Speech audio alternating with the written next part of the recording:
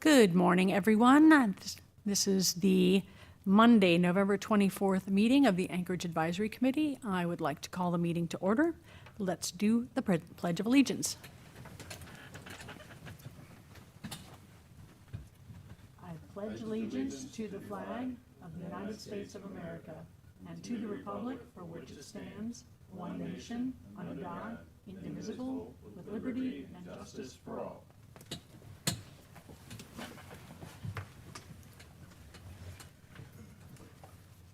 All right, roll call. Ed Schoonover. Chris Riedel King. John Wesley Nash. Sam Lurie. Curtis Ludwig. Do we have Jim on the phone? I'm on the phone, Madam Chair. All right, thank you. Absent, we have Ted Lawwell and Jennifer Rusk, but we do have a quorum, so we will continue. Public comment? I don't see anybody in the audience, so we will move on. Approval of minutes from October 27th. Has everybody had time to review the minutes? Anybody have any changes? I'll move to approve the minutes. I do have a couple of slight little things, and I don't know if they're worth mentioning, but under roll call, it said excused absent Ron Fleming, but Ron did not put in his intent to continue with the committee, so I think he was actually off the committee at that point. And then on the second page, just a small change, Mary Torgerson's first name is M-A-R-I. So, I'll amend my motion to include the changes. do I have a second? I second. All right, all in favor, say aye. Aye. Aye. Any opposed? No opposed, so it passes unanimously. All righty. Staff report and updates. Curtis. Alrighty, good morning, everyone. So just want to go down my AAC Mooringfield and Maritime update. I got a few updates for you. As of right now, we have roughly 10 boats in the front anchorage. That has increased in the last 2 months. We have 12 to 13 boats in the back anchorage right now, and we have the two sunken vessels that are tagged by. They're tagged by LCSO and FWC to go through the vessel removal process. So they are in that process right now. And then moving down to the facilities section, Matanzas End, we will be renegotiating our contract here probably by the first of the year with them. So we'll see how that goes. And we hope to get into a good negotiation with them to obtain, to still have our upland facilities, which should not be a problem. And then moving down to the mooring systems, we had a good meeting with Coastal Engineering and the Army Corps of Engineers along with the U.S. Coast Guard. We discussed the project of realigning the Matanzas Pass that is going to be taking place. They're also going to be dredging the pass as well to widen it from the beach renourishment project and the shoal that's building off of Bowditch Park there. So every time we have storms, that kind of moves around. So they are. That's a big project that's going to happen down the road with just a lot of meetings. So right now about you it don't right have now. a specific date? No. But on the back end of that meeting, we discussed the realignment of the channel going towards the San Carlos Pass Bridge, and to see if we can get two of the channel markers, I believe it's channel marker 13 and 15, to be moved to the reflection points of the channel. The Coast Guard seemed very acceptive to that. So that's in the works right now. It's going through the process with the Coast Guard. So hopefully when that's done, we'll have, and that's going to allow us to put mooring balls 4 through 9 back into service. So that was a huge meeting, and we were happy to hear that they were on board to help us out. The only thing is right now it might take some time. There's a lot going on with the holidays and stuff like that. So I see that happening more towards the springtime, hopefully, is my guess on that. So that's the update with the mooring balls right now. I'm going to skip about the boat right now. I just want to recap about the roundtable meeting we had with Mari Torgerson, along with FWC, Coast Guard Auxiliaries, and LCSO, myself and Chad, and Chris was there in the meeting. We discussed the no wake zones. There was I believe it was a very good meeting.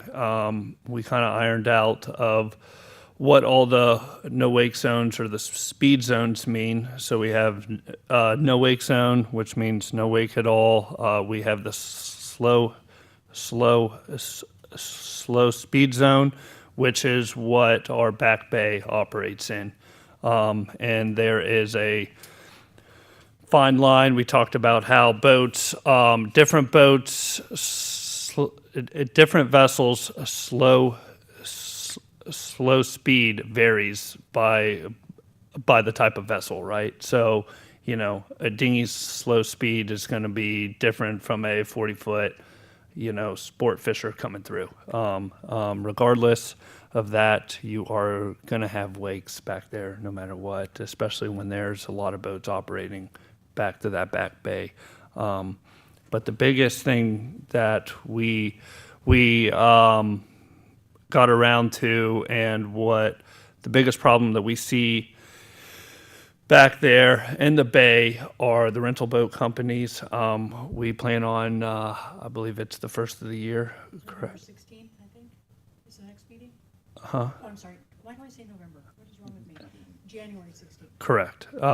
So the first of the year, we're going to have another kind of in-house round table meeting, but we're going to bring in all the rental companies, and we're going to provide them with some information and for them to educate their boaters so they can operate kind of more in an efficient manner and know a little bit more of the rules for the back bay and stuff of that nature. So I thought it was a very good meeting. Excellent. I do have a question, and I think it's probably, I know the answer, but I should ask it anyway. Yeah. For the record. The back bay is regulated or advertised or posted as no wake zone. Is there any possibility it could go to a speed regulation such as a 6-knot zone? So it's a slow speed. So it's not a no wake zone, it's a slow speed through there. So that was determined in the meeting. We all kind of got that understanding. So from Matanzas Pass all the way to Snook Bite, or a little past that, that is a slow speed zone, not a no wake. So it's a step up. So that's really kind of in your 6-knot zone that you are talking about. And it was really interesting, the definition of those things. So me, not being much of a boater, idle is as slow as your boat will go. Slow speed is the boat completely settled in the water. So I thought that was interesting, and there was quite a bit of discrepancy when people were talking about what that actually meant, and there's still quite a bit of discrepancy based on what type of boat you have. Correct. And just to add this in, all the signage for the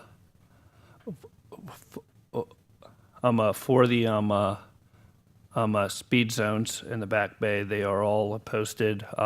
We confirmed that with Lee County, LCSO, and FWC confirmed as well. So just wanted to. Do we have any feel on how that's being enforced or being patrolled? Is it pretty random when we have somebody in that area to enforce the regulations, or do we have a regular enforcement that occurs? Or right now, are we pretty much random on when it's enforced? Well, go ahead, Curtis. I wouldn't say it's random. I know the LCSO has set days that they send their units out here to patrol and all that. So I wouldn't say it's random. They have a schedule for it. So in certain areas, they did tell us that they're short-staffed right now. So it's kind of been a little bit harder for them to be out, for their presence to be out here on a more consistent basis. So, but no, I wouldn't say it's random at all. Is there any use or possibility or feedback scenario where we could encourage them to be more direct or more enforcive of issuing tickets as opposed to warnings? I know they issue a lot of warnings. Unfortunately, that doesn't go a long way in slowing down a lot of people. But I think if we have the opportunity, and I don't know if we will, to encourage more ticketing as part in respect to warnings, that would, if we have that opportunity, I would encourage that we ask them to do that. Okay. And I think from the LCSO commentary, they do issue tickets. Their concern is that people aren't always paying the tickets, and because it's such a transient sort of atmosphere, what came down to it is we have a real opportunity here to educate the people who are renting boats, the short-term rentals where a boat might come with the house, people who are here for the season in condos and might be part of boat clubs or have a boat down here. So it's just, I think it came to a really good place that the opportunity is less about trying to, be punitive and go after people who aren't doing it, because maybe they don't know. Maybe they aren't familiar with the area, they're not reading the signs. Yes, there are signs up, but, if we can make the people who are renting the boats to people more accountable to the regulations and the rules, that will help us get in front of people who are bad actors. And we've also, talked about, can there be some sort of geo-fencing, geo-tracking, geo-something, so that when you enter a certain zone in your boat, you get a ping on your phone, or it alerts you somehow, or it alerts the rental company. So there are a lot of different ways to do that, but we really thought education was a primary concern here, an opportunity. Go ahead, Sam. I think most of the rental companies probably have a tracker on all these boats, so maybe in that January 16th meeting, if they would just monitor those, and when they see somebody in a slow zone really exceeding it, they can call their cell phone or VHF and warn them. That'd be a good way to self-regulate it. And I don't know how practical this is either, but possibly if they have been issued either a warning or a ticket for that particular rental, that they don't re-rent to that individual until that ticket is settled. But of course, I think that's an enforcement issue and probably would simply be at the discretion of the rental company. But I would like to see their cooperation in doing that if they don't pay the ticket, Yep. don't rent. And I just want to talk about sort of the model approach here that Mary used, because I think it was a very thoughtful and civilized and adult way to go about things. I mean, she could have just been calling Curtis all the time saying, hey, I saw this dinghy racing to a boat. But instead, she took her time and her money and her effort to reach out to all of these different organizations, because as you know, we live in a complicated environment where nobody has clear ownership or jurisdiction. We've got federal, state, county, town, all involved in this. So it's a complicated issue.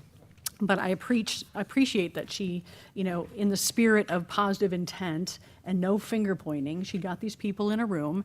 It was a little tense at first because I think people had some turf issues going on in their mind and felt like they were going to be accused of something. But instead, we had a really productive conversation. I mean, there was the environmental aspect, there's the enforcement aspect, there's the education aspect. Jackie from the chamber was there, and she's going to be a great person to help bring all of these people together. So I just thought it was a very productive way to go about this. It involved the town, but bringing people together to have discourse, I think, was very, very positive. Absolutely. There were facts, not feelings. Yep.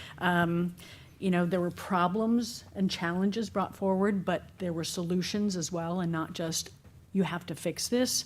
So, going forward, we're kind of a committee like that, where we have a wide variety of experience, and I appreciate that we come together in a positive way and try to bring forward solutions and not just problems and finger pointing. So kudos to Mary for that. Yes, absolutely. Yes, she did a fantastic job. There's one more factor. When there's wind at your bow or current coming at you, sometimes just to make way, you have to go above idle, and I don't know if, that's hard to factor in, but that's some of the circumstances that people are running into. Continue. Alrighty. Moving on. So just an update for the AAC rules and responsibilities that we have put together to be added to the harbor management plan here soon. So they got pushed up to the town manager.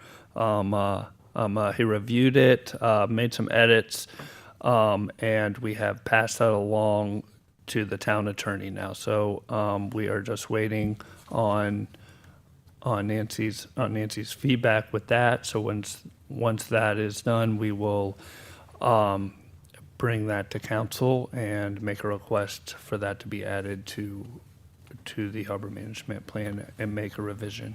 Can I assume what was passed on included the changes that we had talked about at the last meeting?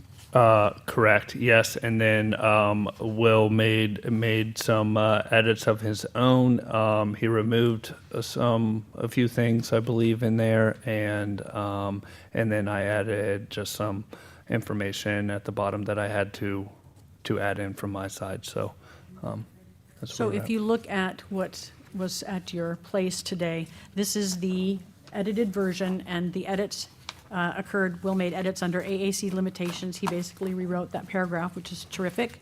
And under maritime operations overview, he changed what division maritime operations reports to. You see there's a little bit of a highlight where Curtis updated waters of Fort Myers Beach, and then he updated the Code of Ordinances information. Otherwise, everything was as I had revised it the last time. And in conversations with Will, he asked me to bring this forward to council on Monday, so I will do that as part of my regular update. I would like to ask your permission to do so. So if I could have a motion on that, unless you have anybody has any questions about the changes that were made or further additions? Just to be clear, in our meetings from last meeting, we do outline changes that we had proposed. Did they make it into this? Yes, they did. So everything we talked about was in the revised version that I sent through Curtis to all of you for your review, and what we sent on to Will. So it's all reflected in here. Excellent. I'll move to, I don't know how to say it for sure, allow Chris to go to the council to present our roles and responsibilities. I'll second that motion. All right. Moved by Ed, seconded by John. All in favor, say aye. Aye. Any opposed? No? Okay, thank you very much. So I will do that as part of my regular report to council on Monday. Curtis, what else? Alrighty, so my last update that I have, and I am excited to announce that we we took ownership of the new town vessel. I went Tuesday of last week. We traveled to Morgan City, Louisiana. We went and met with Mr. Scully and his son. He ran us through the vessel. We did the sea trial, and we learned about our new boat. So we're very excited about that, and we trailered it all the way back from Morgan City all the way back to Fort Myers Beach. We got back in late Thursday night. We put the boat back in the public works yard right now. Friday, we got Friday morning. So there's some things that we have to outfit the boat, get some safety gear on there, and we have to register it and stuff. So there's still some things we have to do here for it to be fully operational and in the water at all times. So just wanted to let y'all know about that. We are excited. I think it's going to be a great asset for the town. This boat can do a number of different things. So we can load up equipment. We can service the mooring balls with it. It can get into shallow water. It could run off in the Gulf if we needed. So there's a lot of options we have with this boat. So we are very excited. So besides outfitting it with the required Coast Guard safety equipment, is there any electronics that need to be added to it, or is it No. fitted as it needs to No, be?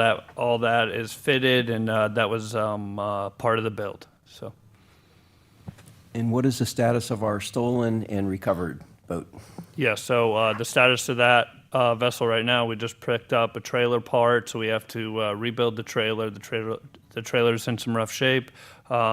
We are going to be bringing the vessel to Fishtail Marina on December 8th for its maintenance to get the engine tuned up and gone through. So after that, we hope that will be ready to go by the first of the year as well. So we are, we're kind of moving along here. So we should have all our boats in the water. We will be pulling the pontoon boat out since this new boat's going to be replacing that. I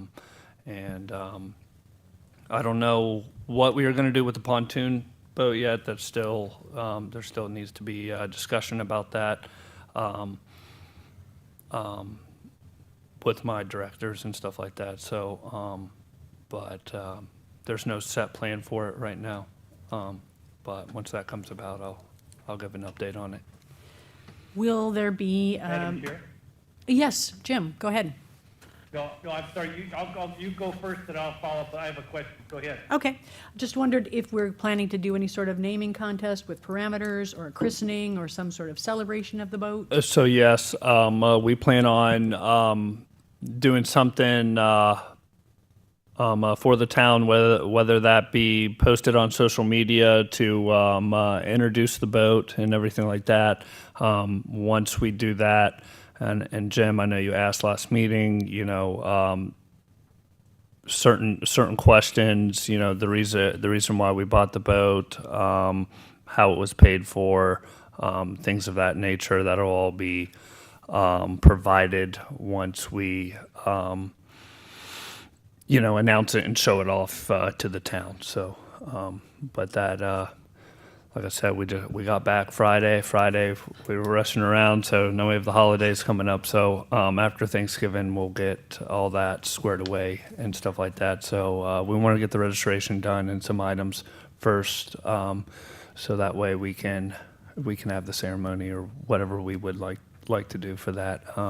But I will discuss with my director and Will, and see how they want to go about doing so. Jim? Yeah, thank you. Curtis, could you just kind of give folks a brief overview of the current inventory of boats, including the one that we just acquired and the stolen boat? You touched on it briefly by saying, I'm not sure what we're going to do with the pontoon boat. I'm not sure it's clear what our collection of boats actually is, and what do they do, and if there are any redundancies. It sounds like there might be with the pontoon boat, but if you just give a brief overview of the inventory, what their purpose is, and where the redundancies might be, and if so, maybe for the example of the pontoon boat, would that be something we potentially could sell, or do you still think there would be a purpose for it? I just think it gets a little confusing, particularly with the stolen boat coming back into the fleet. You know, what every boat, what the purpose of each boat is, and how many we have, and if there's any redundancies. Yes, absolutely, Jim. I don't think with the stolen boat adds any. I mean, everything's kind of. I think everything's still going on as planned. If anything, we just added a new boat to the fleet. So I'll run down the boats right now. So first and foremost, we have the pump out boat that is used for our daily pump outs that we conduct through the mooring field. That vessel will still be doing that. Nothing's going to change there. As for the pontoon boat, is used as our all-around boat right now. That's what we conduct the maintenance in. Any calls or anything like that. If we have to go check out canals, any environmental concerns or anything like that, that's the boat we use. That boat is, you talked about if we were going to resell that boat, I don't know how much we would get for that boat. I think we It's would. kind of end of life, isn't it? I think that we would get more money scrapping it. but so it's just a pontoon boat. We redid the decking to get us by. We put brand new plywood pieces down and stuff like that. So it's really, that was kind of just a get us by type of boat. So this new 26-foot Scully landing craft is going to be replacing the pontoon boat. It is going to be the town's vessel to really do it all. So that's what's going to happen there. We will still have the engine from the pontoon boat, and we're still in discussion to what we are going to do with that. As of right now, we're going to keep it, and then there'll be talks of what we're going to do with that. We looked into putting that engine on the 17-foot Carolina skiff, which is the enforcement boat that was stolen, and now we have it back. We recovered it. We looked at putting that 90-horse Yamaha engine that was on the pontoon boat on the enforcement boat, but the enforcement boat is not rated for that size engine. It's a little big.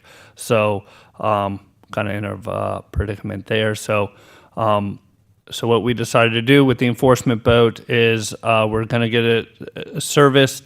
We were able to turn over the engine, so the engine does run. We're just going to get it tuned up, and there's some parts that need to be replaced on it. So that's what we are having done in December now.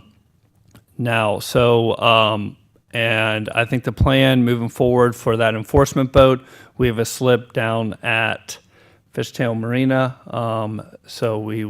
That boat will be, we plan on putting that at the south end, so we can drive, get in the boat, patrol the south end, and do the work that we need to do, and have more of a presence down here on the south end of the island. So. And do you want to just explain why it's great to have a boat down on the south end? You talked about how long it takes to actually Correct. pilot a boat down there. With the slow speed zone from Matanzas Pass all the way a little past Snook Bite. That takes us about an hour from the bridge all the way down to the south end to like around Laguna Bay and everything like that. So having a boat down there, we can drive. It'll take us 15 minutes to drive down there rather than transiting down there. A full hour. So I think that'll help us out a lot. And we're excited about that and looking forward to having that slip down south. So and just to let you know, we can also switch the boats around as well. We can put the new boat, down there too. Bring the enforcement boat back up. Whatever our needs are and stuff like that. So we have some room to work with now. So we're excited and looking forward to it. Yep. That's very helpful. Thank you, Curtis. That's a good overview. You're welcome, Jim.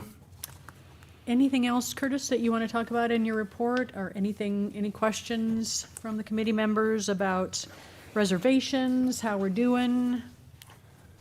So I will say about our reservations. Reservations have been picking up a little bit. So we're excited for that. The season is upon us. So things have definitely picked up. Pump outs are being requested a lot more now. So we're a little busier now, which is great. So I will say we have about, I don't know if you noticed in my report, with the amount of anchored vessels now, that number has increased since the summertime. There is about, let's say, six or so more vessels that used to be in the mooring field that are now in the anchorage. So just wanted y'all to be aware of that and everything, and I think that has a lot to do with the price, Okay, with the so- price increases. So just So keeping say- an eye on that and everything like that. So say that again, we've lost about 6 There's boats about on 6 mooring? boats that used to be on mooring balls that are now in the back or front anchorages now. So Curtis, you report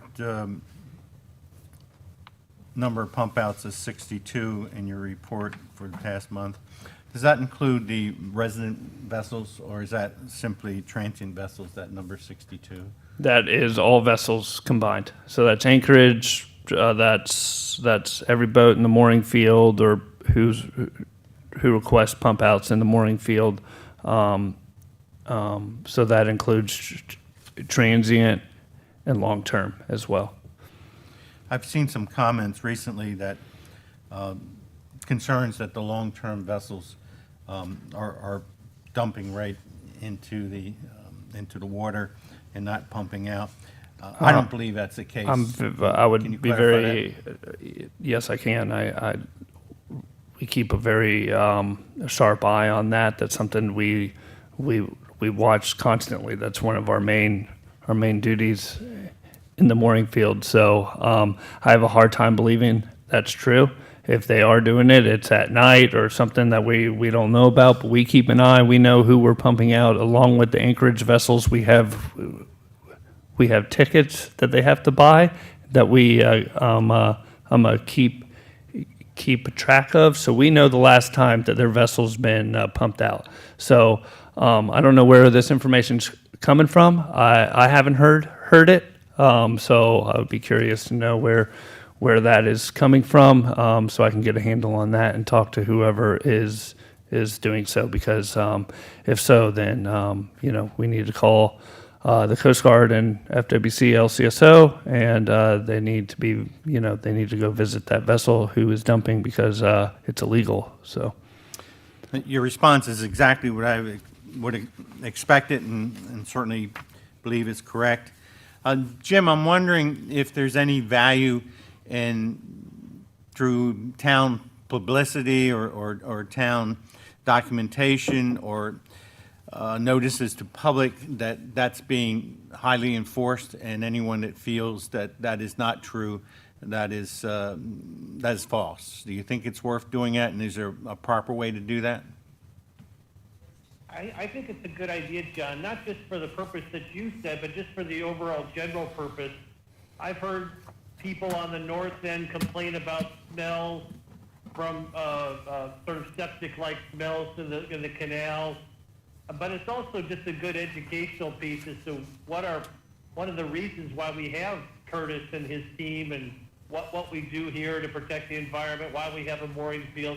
So it sort of covers a lot of different bases. So I think maybe part of our challenge is maybe Curtis maybe making a calendar this for a month or two out to attack this when we have a new PIO. We're sort of without a PIO. I think our assistant town manager's doing some, and a few other people are helping out on that. So I think a great concept, and maybe Curtis just kind of maybe tag that so we can revisit that when we have a PIO come back, because I do think that's a good idea. Thank you, Jim. Other questions for Curtis? Not necessarily a question, I just wanted to note that at the end of your report, it does say that the town has money set aside to have surveying and appraising done. Oh, and yeah. Dredging of the canals. Sorry, sorry, that was discussed at last meeting. I apologize, I meant to take that out, but there's nothing new from that. No, I have no new information on that. I don't know, that's something I can follow back up on, but I don't know. I can ask if that has been done, where we're at, the status of that right now. I know that last I heard that is just in the works. So I don't have a date on that or when that is going to be conducted and things of that nature. So, but I will, next meeting I can have an update and a follow-up on that. Any other questions? No, that was all. Thanks, Curtis. You're welcome. All right. Member items and reports. Ed, do you have anything? No, it was actually Curtis's report covered anything that I could have possibly thought of. Excellent. John? No, I second that, and any questions I had, and I interjected during your report, and you've answered them satisfactory, so I feel that that everything I had has been covered. Sam? Just wanted to thank Vice Mayor Adderholt for signing up to be our liaison again, and I think he's a great fit, so thank you, Jim. Appreciate that, Sam. All right, I just have a couple of things. Just want to give a recap on my report to council on November 3rd. That went well. I thank them for reappointing me to another term on the committee. I thank them as well for allowing me to go out with Curtis on Beach Talk Radio and do the boat around. I think that was hopefully educational for people. Madam Chair, Yeah. can I interrupt you on that? You sure I can. have just a question. Obviously, that was a beautiful and very successful tour, but I'm curious, was there a strategic decision made that you weren't actually going to pump out a boat on the tour? Was that something that was done for your own benefit, or was that done out of, there just wasn't a boat available? Because I really wanted to see you hook up one of those boats and begin the pump out process, and I was curious how that never made it into the otherwise excellent performance. Well, you know, I think the liability issue there, Jim, was probably a consideration why we didn't do that. Since I had trouble putting on my life jacket. That's your story, and you're sticking to that? It is. Mr. Adderholt, the jokes are endless on that topic.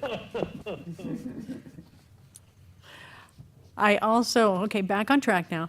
I also asked the council for their permission on our behalf to conduct our Cruisers Appreciation Day on April 12th. I believe I said October. I don't know why.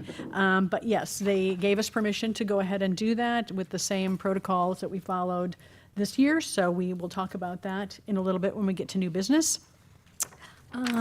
Let's see, what else did we talk about? We talked about roles and responsibilities, so that will come up when I talk to them on Monday.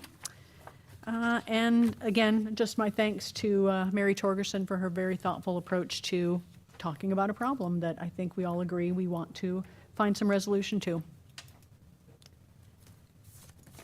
I'll just throw one out there, Curtis. I know it has to do with a different committee, but Mr. Nash brought it up at our last meeting, I believe, about the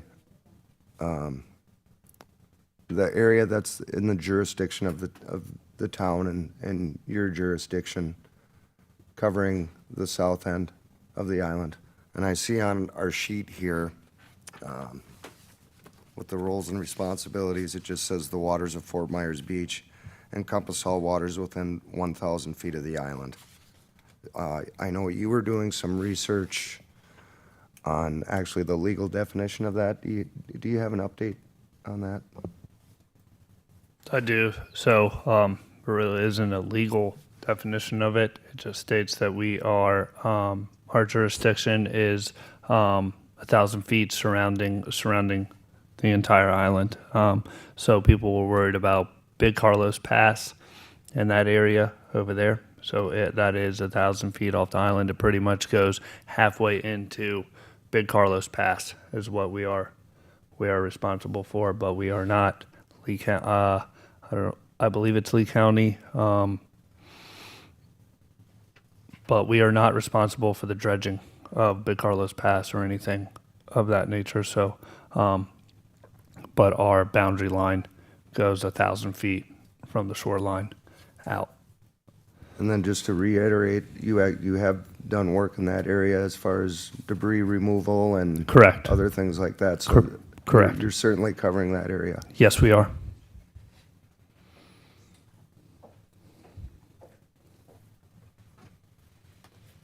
Anything else, Ed? No, Okay. thanks, Curtis. Okay. All right, let's move on to new business. First thing is committee objectives for the upcoming year. I'm guessing that that is sort of related to our roles and responsibilities. And Curtis, I mean, do you have any suggestions on what you would like our objectives, our priorities to be for the coming year? And then we can have a discussion.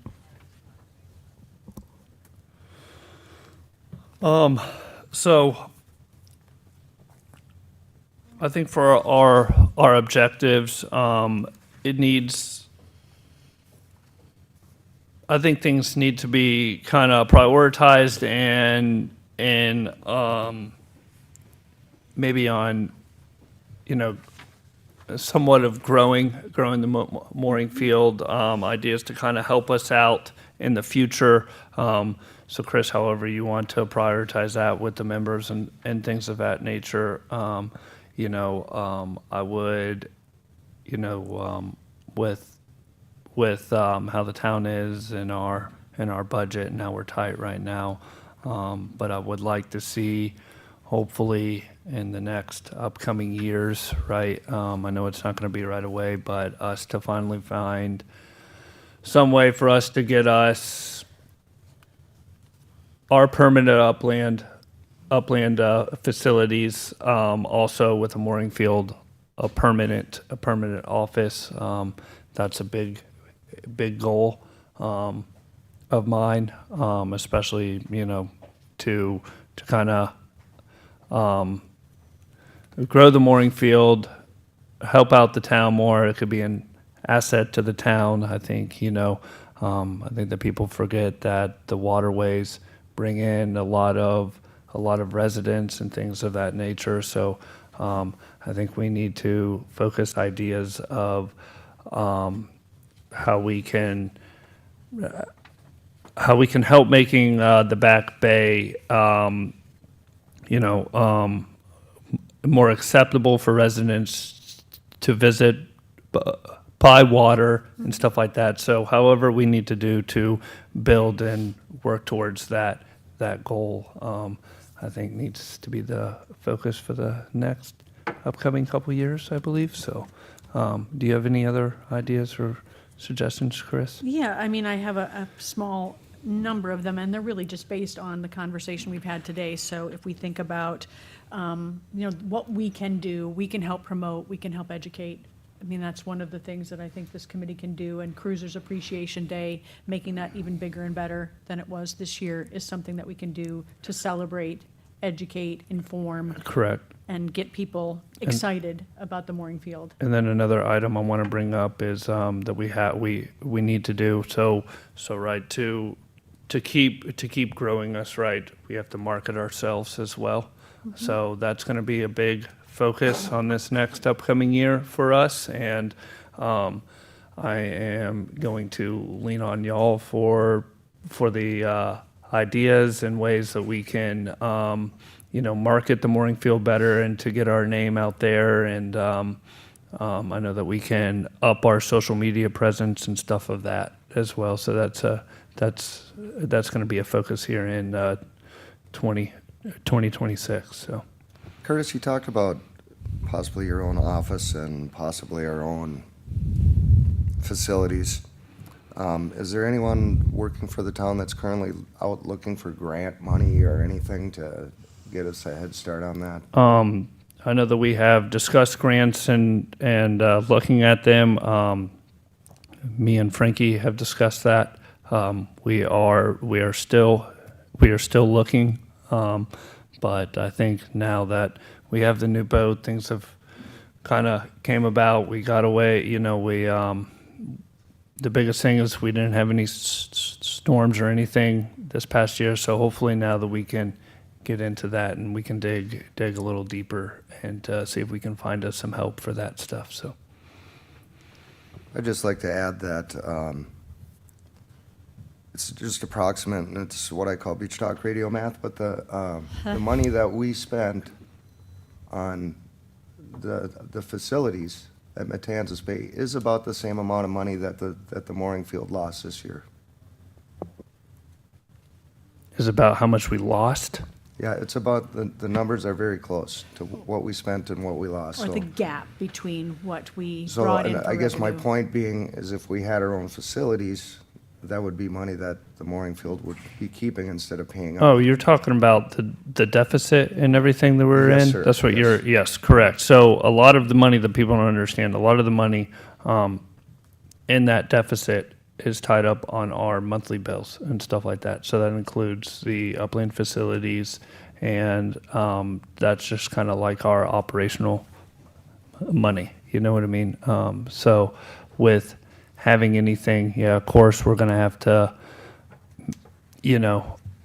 buy whatever facilities or build or whatever, right? There's gonna be money up front. Capital expense. Correct, but it's gonna cut all that monthly payments that we're doing right now. So I don't know. I mean, to me, this is just me speaking here. So, but I think we got to find the money and that kind of thing. And I know we're tight right now, but I think it would be an asset to the town to own their own facilities and stuff like that, and keep it all in house. I just think it would be it would just help out the town tremendously that way, and that way our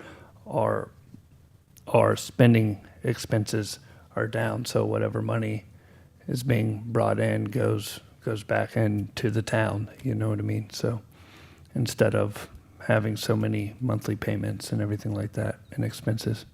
So Curtis and Jim, do you know if we're still having conversations about, the opportunity as development comes to have permanent facilities in line with something that's coming online? Yes, there has been discussions about it, but like I said, with our financial state that we're in right now, things are kind of locked up. So there hasn't been too much more talk till we get in a little bit better spot. So But there's hope for the future. We can always still keep planning and looking for options. Hopefully, we've had a few options brought to us, but as of right now, they're not in our cards and exactly what we are looking for. So. Other questions, Ed? Oh, no, I didn't. No, that just covers it all. I just think that it's just, it seems, it's hard for the town because we're constantly looking for revenue sources that we don't have, and Correct. we need some help. So I kind of, based on what we've talked about here, I mean, objectives over the next year, couple years, I think are getting the mooring field to full functionality, which means getting the rest of our balls online and making sure that we have full occupancy, as full of occupancy as we can have. Part of how we do that is through our educations, promotion, marketing, making sure that our town residents and visitors understand the importance, the part that the mooring field, marine operations plays in the overall town. And also then marketing, reaching out to our cruisers and making sure that they understand what's here for them. And opportunities are definitely getting to a more permanent state for upland facilities. So that's, we get good ratings now. We have good amenities now. They can be better, and we can have a more permanent location for our town staff. So that's kind of how I would wrap up those things. It's all about making sure that people know about it and can get here, but then also making sure that what we deliver is first class and, deserving of the people who Absolutely. come. Does that make sense? Yes, it does. Madam Chair? Yes, sir. Yeah, I think that's an excellent list. I think Ed Schoonover's point is well taken. I would just add one more thing, particularly if we're going out 1-2 years. I would add, and I don't know how this juxtaposes with your revisions of our responsibilities as an advisory committee, but I hope it fits. Curtis, I'd like to begin to think about how the town can marriage and assist the potential water ferry that's coming our way with the development of the Arches proposal. Obviously, they're facilitating the terminal, they're facilitating the boats, but we have a stop, hopefully at the Mound House, which will need to be accommodated. We need to wrestle with it. I've been pushing the CellCap folks to think about this too, with respect to Mound House, some additional parking there. We need to make sure the folks at Snook Bite and Fishtail, everybody's talking with the Arches folks, and I see this committee is helping plan and facilitate and encourage maybe even other stops. I know the Pink Shell was interested. I'm sure there's some across the bay. You raised a point earlier, unintentionally, but it got me thinking, the time it takes to get from the north end to the south end without initiating a wake. And I just think we probably maybe a little early this year, but soon we need to be thinking about making sure everybody's talking to each other and that we're planning the stops and we're thinking about parking and we're thinking about managing the flow of the boats and the timing. And I mean, you're obviously not going to, or the town won't be running the water ferry, but I think we're going to be in a position where we can really help it, because I think there's tremendous public benefit across the island with the water ferry. But I just think this committee is naturally suited to be part of this process, and I think the town really wants to, I hope the town wants to be a significant booster of this transportation service. So I think that could be on the list somehow, and I just think as you talk to I know you're talking to the marinas all the time, and I just think challenging people to start thinking about how it would work, and do they have space planned for it, and how the Mound House would accommodate it, and how we would think about, I just think because you're in the middle of all this, Curtis, and we're sort of an adjunct to you, I just think that should be something that begins to appear on our strategic plan and our objectives over the next year or two. Understood, Jim. Just to let you know, we've already been planning and thinking about that for the Mountain House stop. We have been building one of our old docks to hopefully get put in by the Mound House, because right now the Mound House, if those ferries are gonna come up there, they have no place to dock over there with the docks that are there. They got a small little finger pier that sticks out from the observation pier, but we're looking to put one of our temporary dinghy docks that we have from the old dinghy dock. We would like to put there. So we are discussing that right now. We're getting with the engineers and stuff like that. So to see if that is something that we can put in here in the near future. My question to you, Jim, is when are these ferries going to start running? When is this project going to start? When is this operation going to start getting off the ground? And who is the main organization that is running the ferries? So maybe I can get in contact with them and discuss some things with them and kind of get on the same page with them. Those are all excellent questions. Some of them harder to answer than others, but the key point of contact is the Freeland family, Ben Freeland and his son, because they will be either operating the ferry or hiring a firm to operate the ferry. They're obviously building and housing the terminal for the ferry. And so, but the timeline is one that is anyone's guess. With the various challenges we're having on the island as to what direction we're headed. The investment capital and financing for big projects is a little bit up in the air. So how quickly things go is a little bit up in the air. Hopefully it goes quickly, but I mean, certainly within the next couple of years, there will be, I would think, substantial construction going on that property. And, when it's completed, it's difficult to know, but it could be anywhere from 2, 3, 4 years. But the planning for this, of course, is pretty significant. So I think just particularly with our marina partners down the island, at Smithfield and Fishtail, I think having them begin to think about it, having them begin to have conversations to plan for it, and obviously the Mound House piece, we've got a new church now that's been approved. It's the First Baptist, it's the East Baptist location.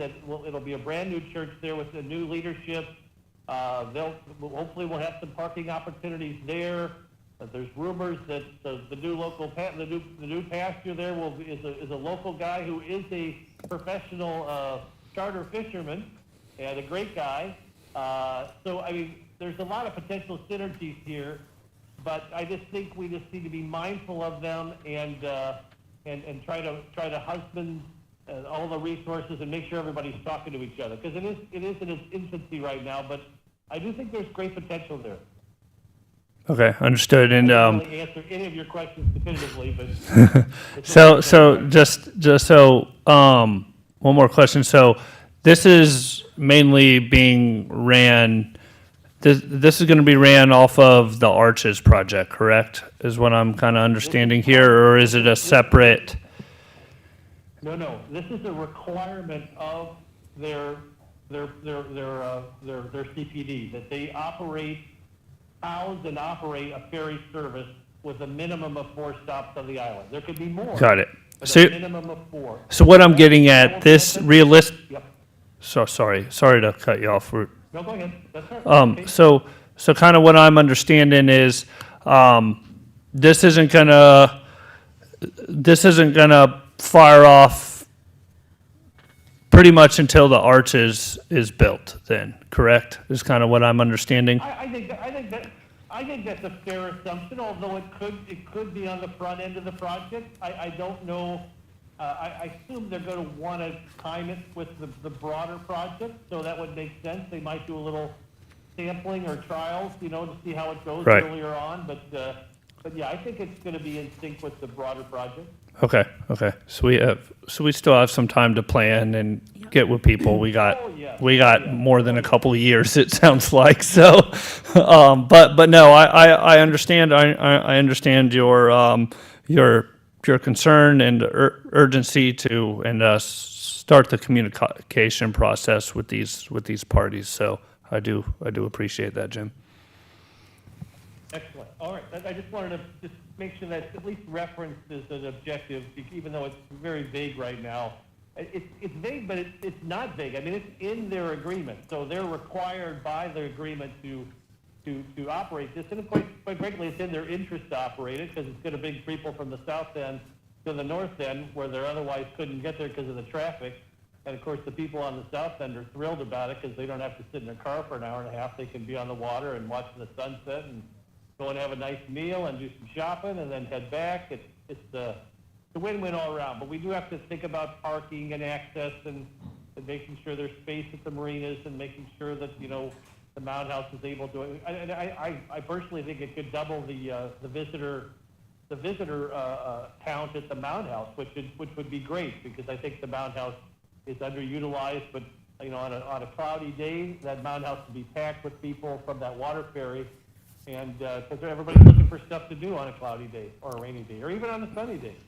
Well, Jim, that's another reason why we would like to put that that other dock down at the Mound House. It's just not for the taxis, right? It could be another source for vessels to tie up and visit the Mound House and go to the Mound House by water, right? You know, we got to think about our back bays as another big way of transportation and stuff like that. So, hoping to, you know, provide the town with more places for vessels to stop so they can access the town's amenities. That's wonderful, wonderful.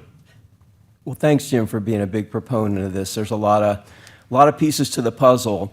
The piece that I see that is maybe the biggest obstacle is in the initial Arches agreement.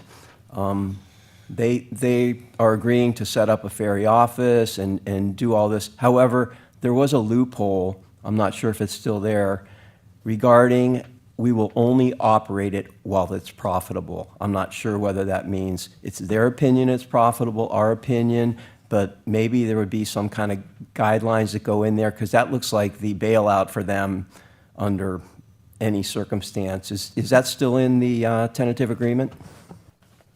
I don't remember that exact language, but I think there was some language that I think they needed the freedom to price it appropriately. In other words, I think they need to, I mean, the town can't, I mean, there was some discussion during the debate of, hey, why don't we limit it to, you know, no more than $5 a trip or $10, and then I spoke up and said, no, listen, we have to allow the economics of this to allow it to be successful. In other words, you can't limit, you have to price the cost. Otherwise, to your point, Sam, it will not be successful. I do think, given the quality of life issue of people on the south end, that they'll be willing to pay a substantive amount to get on that ferry. Plus, I think if we have the restaurants down on the north end, maybe you get a $10 coupon if you've taken the ferry at your restaurant to draw those ferry customers in. There could be a real good synergy between the restaurants and the shops and the people on the ferry. I mean, there's all kinds of economic models in Florida where these ferries are working and they're cash flowing. So I just think the Freelands didn't want to be in a situation where they're just forced to subsidize a losing enterprise. I think they just wanted to be able to have the freedom to price it accordingly so it can be profitable or at least break even. I don't think they see it as a money-making venture, but I do think they want it to break even, and I think obviously it's going to bring a lot of business to their tenants in their development. Not just them, but everybody in Times Square, Margaritaville, everybody on that north end where you can walk from that terminal. I mean, that terminal is in an area you can walk to all the different restaurants on the north end and be supportive. So I think, again, if I'm a restaurant owner and I say, gosh, you can demonstrate your little coupon that you've taken the ferry and you get $10 off your meal, that all of a sudden takes $10 off the price of your water ferry ticket. So, I mean, and then some people will have annual memberships, et cetera, et cetera. So, but yeah, I think to your point, Sam, I think that was the background on it. I just don't think they wanted to be forced in a situation where they they weren't allowed to make it cash flow by having to put it at an artificially low price. Yep, that makes sense. That's a long answer, but yeah. Well, that sounds good. Maybe we'll just make sure that that you and council keep an eye on that as we move forward to make sure that it happens. Yeah. Thanks. And what we can do, That's a good point, Sam. Yeah. and what we can do as well, guys, we can kind of add this to our objectives and topics for this upcoming year. Yep. And that way we can come up with ideas, just like you stated, Jim, like food item tickets and stuff if you run the ferry. Once again, we have some time to discuss this, right, and to work on this. But I think these are topics we need to bring up in the upcoming meetings, and then we can present them to council to see if they can consider these Yep. into the. Yeah, I think that's great. And I think just in the interim, Curtis, as I mean, you deal with all these marina owners, and you're going to be obviously working with the Freelands, just to begin to have that dialogue as to how things are, what are they thinking about, what's their plan, Absolutely. connecting them with the other marina operators, and making sure everybody's talking to each other and thinking through all these challenges and looking what other ferries have done in Florida that are successful. And I mean, there's just a lot. I mean, this is not all on your shoulders, Curtis, but you would be kind of like you'd be somebody who would help facilitate and obviously offer the town's assistance wherever we can. Understood. Yes, sir. Okay, so based on all of that conversation, I have revised my themes of objectives, so let me know if this covers it, and then I would ask that we take a vote so that I can propose these, or just introduce them to council on Monday when I do the roles and responsibilities. So I see three kind of buckets here. One, we really want to support a fully operational mooring field. That means getting all of our balls online, making sure we have capacity, making sure that we have full use of the mooring field. Also, down the line, we want to work forward to having owned amenities, owned upland facilities, and owned staff facilities. Secondly, we want to be very involved in promotion, education, marketing, information, make sure that people understand what it's all about and getting them here. And then third, partnering with related projects, and that could include the ferry projects as well as canal maintenance and dredging. Does that work for people? I like it. So moved Sounds great. by Sam. Second? I'll second that. All in favor? Aye. Okay, perfect, thank you. Okay, let's move on from objectives and let's talk about Cruisers Appreciation Day. Exciting. When was the MMP rescheduled? It was not. I mean, it was sort of, I'm not sure why we were on the M&P. The M&P was actually canceled for that meeting. Right. And I think what we're presenting here, roles and responsibilities and objectives, is what they were trying to get to. Correct. And we may be ahead of the curve, so. Correct. And Kudos then to our I was told the MMP meeting was going to be rescheduled. But that date has not been passed along. They said that they will pass it along once they figure that out. So that's still up in the air and pending right now. So from my email conversations with the town manager, I think he just wanted to get this information out in front of the council, so I'll do that on Monday. I'll make sure that I send them the revised roles and responsibilities document and also a list of our objectives, and I'll present that, and hopefully that's the information they need, and if they have more input, we would welcome it. Sound good? All right, does everybody have the little cruisers outline in front of them? It was sent out to you as an attachment November 1st. Yep, you've got it. Do you have it, Ed? I'm not sure if we'll come. All right, if not, then I can share mine with you.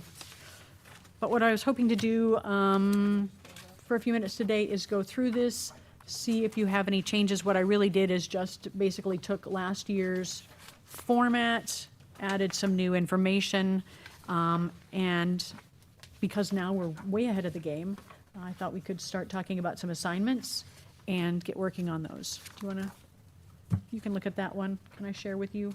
Oh, I have one, share with Sam. You can share with Chris. well, I I'm, haven't received it. Okay. Email, I'll just move down a chair. okay, move down a chair. All righty. So last time, we kind of broke out the responsibilities. Jennifer was responsible for the nonprofits. I'm assuming that she will want to do that again, but we will ask her at the next meeting that we have. And then we did in-kind sponsors. John and I did a bunch of those. Sam did some. I think you did some, Ed, a whole bunch of us. Curtis, do you think that the contributor that you brought in as a monetary sponsor would be willing to contribute again this year? I mean, You're talking about marine operation, Florida Marine and contracting. I will reach out to him and see if he's willing to help us out again this year. He was a big player last year because we were in the middle of the canal debris removal project. So I still keep in touch with him. So that's something I could reach out to and see if he's still willing to support us in that. Would you have any other contractors that you think would be worth approaching? Yes, I do. Okay. I do. I have some people that we can reach out to that has helped us out and we've done business with. So, I mean, I think that would be terrific, and then we wouldn't have to go to other people. We already have $2,000 Right. in our budget. If we could get another Okay. 2,000, 2,500, we'd be golden, and we'll be able to keep paying it forward. right. Absolutely. Okay. So if you could check on that? I will. I think Curtis, Chad's got some vendors too that are sort of synonymous to what we do as well, so you might check with Chad. Right. Absolutely. I will, Jim. Thank you. Okay. Like I said, we had a lot of nonprofits. I don't know that there are other organizations that we didn't have that actually exist that we would want to consider, but I don't know if anybody has thoughts on that. It was a pretty comprehensive list, and I'm not sure we can fit many more than that. I would suggest that we get back to these as soon as possible, make sure what we had last year, would like to do it again. Okay. Just to see if we have some early indication of how many additional openings we may have, but it would seem to be easy to do a double check on that quickly. Okay. Well, when I do a recap of the information that I will get to Curtis, he will send out to everybody. I will ping Jennifer in that and see if she can take that on. In-kind sponsors, do we want to delegate those for people to reach out to? If you can see the list, if you would tell me who you might be interested in reaching out to again, I can indicate that. Sam, who you got? I would be willing to do everything that I did last year. I just had one comment that, I mean, the tables that Jennifer put together, all those, that was fantastic. The meals was fantastic. I think the only thing that we could improve on from last year, Beach Talk Radio was there. Everybody, we got everybody to turn out, except the people on the mooring field. Yeah. So maybe, this year, it was kind of last minute, so maybe this year we can make a little more effort to get more of the mooring field patrons to show up. But other than that, everything went great. I'm willing to do whatever I did last year. Do you remember what that was, or I can look back in That my was notes? organizing the meals with Snug Harbor. Okay. Doing Snug Harbor, Wahoo Willies, Nervous Nellies, And the permitting. SOBs, the permitting. Okay, let's leave something for everybody else. Sam, didn't you do the keychains as well, which were awesome? Yeah. Oh, that was Curtis, but Well, he helped assist and gave me the information, and then I just ordered them. But we still have a box full of those, so Okay, so we're good on good. Yes. keychains? Yes. Okay. And I, just a quick reminder. yeah. Can we reach out to maybe Jennifer and Ted I don't know if their absence was excused or not, to let them know that they should ask for an excused absence on the committee? Thanks. Yep. Okay. John, which ones would you like to sign up for again? Again, what Sam said, I'm going to do everything I did last year. Okay. But I think maybe a more organized way is if you and I sit down and break up the list that we have here that's not part of what Sam is addressing, and then we work together on who we're going to approach. And I'm not sure that we can do that. I'm not sure that we can meet, I think, I every time understand. we. I understand, I but have a possibly suggestion. communicate. Yes, I think we should do at the next meeting, I don't think we should approach anybody until the new year. Okay. But the next meeting, why don't we solidify all the assignments? And then, after the New Year's, we can be off and running and get an early start this year. yeah. So what I can do is when I send out a revision of this, I can make some suggested assignments, and then we can talk about it at our next meeting and make sure that that's kosher with everybody. So that's a good thought. And I want to ask the question about our next meeting. We are scheduled to meet December 22nd. Does everybody want to meet December 22nd, or you want to wait till January? I feel like I think we're way ahead of the game already because we already have a plan, so I'm not too concerned. But what does everybody feel? I think, and Jim, maybe you can prove me right or wrong, I think most of the committees take December off. That's been my experience, Ed. So are we all good if we don't meet in December? I'm fine with that. John? Yes, ma'am. Okay. All right. So we would meet then in January, and what day would that be? Curtis or somebody? It's the third. We usually have the. Fourth Monday. It's the fourth Monday, so Yep. that would look like the 26th. Correct. January 26th. Okay. All right. Just Madam Chair, Yes, sir. just circling back to in-kind sponsors, maybe a better way to express it is I'm willing to approach everyone That you That- approached? that hasn't or won't be approached by anyone Okay. else. And certainly do some thought about possibly who other people in the committee would have more success than I'll have with certain possible in-kind sponsors. Okay. Ed, is there any folks on this list that you know you would like to approach, or any other assignments that are exciting to you? Is the correct thing to say that I'm willing to do what I did last year? Okay, that is perfect. All right. You can add me for Matanzas Hotel and Restaurant. Okay. Gotcha. All right, what I'm going to do is I'm going to put together a little grid with assignments, and I will get that out to you in the next couple of weeks.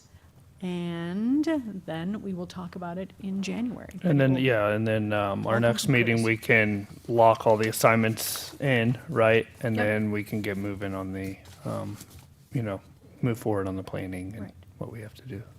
And I encourage everybody in the committee to just be thinking about people or organizations that didn't sponsor last year or we didn't approach last year that we may want to add to the list or add to the target list this year. Absolutely. Yes, that's right. We do have new people at Santini. That's exciting. All right.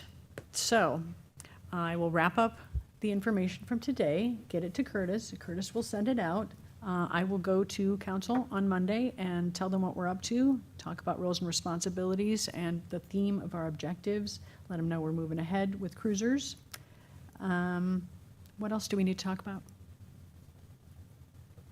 In respect to cruisers or just generally? Generally.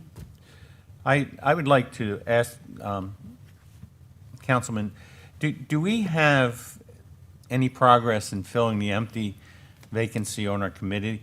Or is there a process we should be encouraging either ourselves or any other organization on the island to try to get that filled? It doesn't seem like there's much progress occurring there, and I hate to see that be stagnant. Yeah, I know. I have reached out, and I know Ed has reached out, so I think it's, if we can help recruit. But Jim, I don't know if you know of any outreach or any thoughts? What happens traditionally is that periodically Amy will send out a release through our PIO talking about all the various vacancies on the advisory committees, trying to get some PR for that.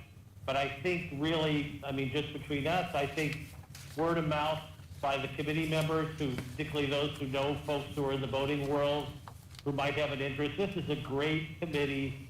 for somebody who's retired and likes to boat, or not retired, doesn't matter.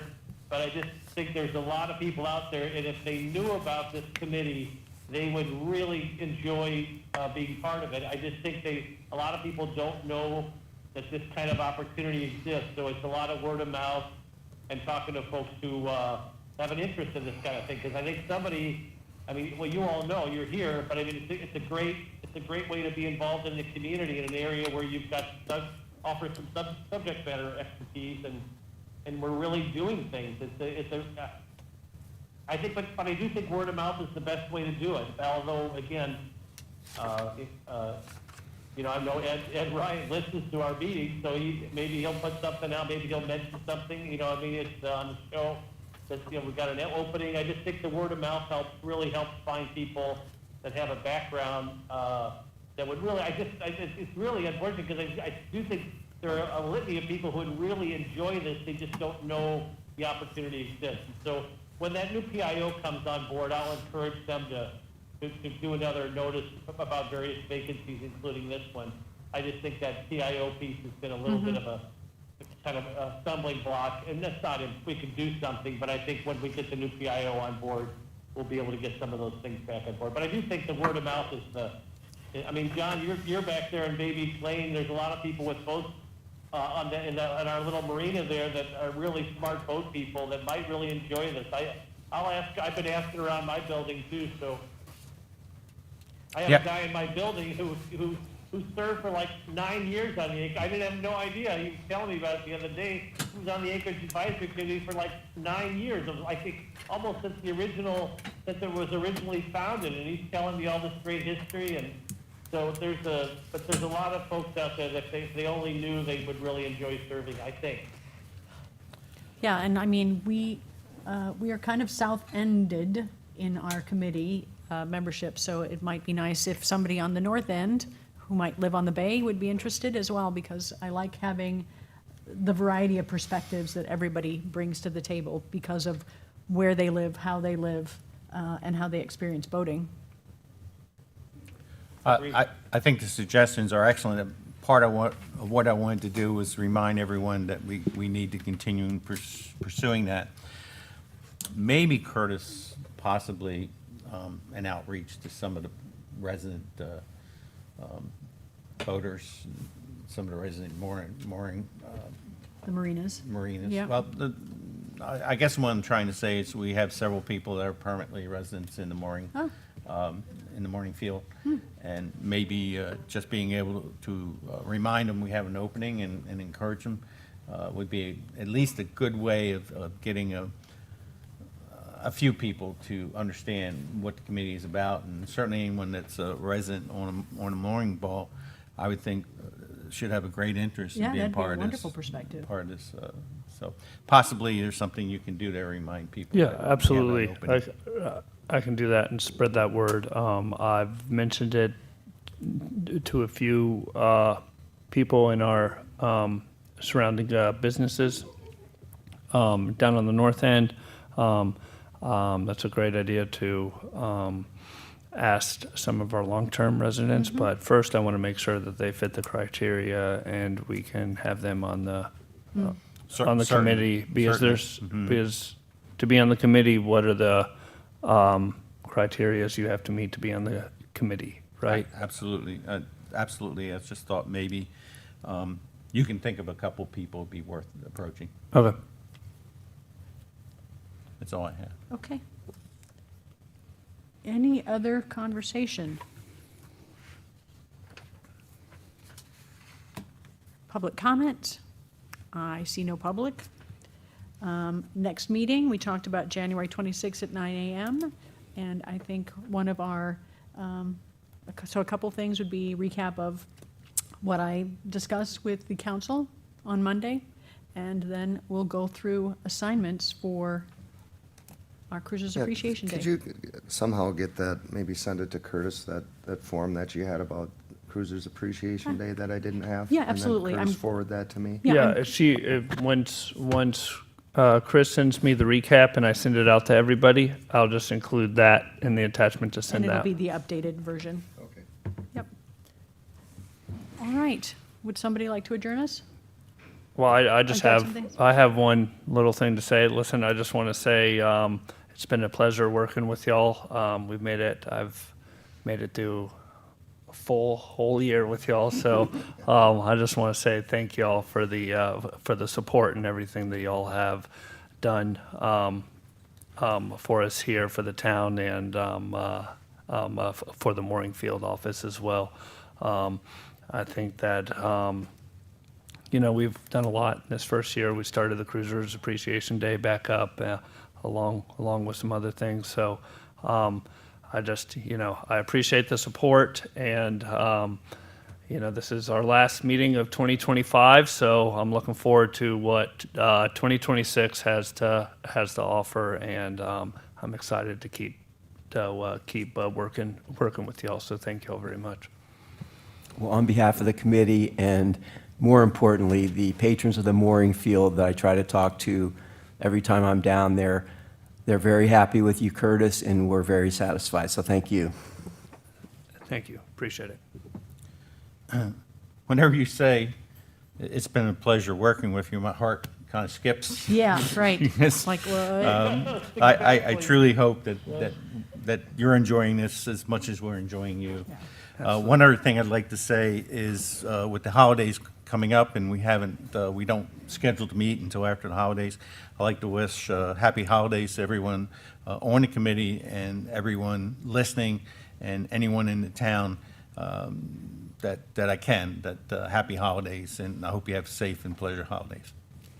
And I will echo that. I'm very thankful for Curtis. I'm thankful for your leadership, taking the bull by the horns and trying to make as much progress as possible. I'm very thankful for this committee. It's a joy to be here with you. I have learned so much from you. I will continue to learn. I will never be able to pilot a boat, but that's what you're here for. So thank you all very much. And again, happy holidays to everybody out there who is watching or would like to watch the replay, because you can do that. Who would like to adjourn us? I'll move to adjourn.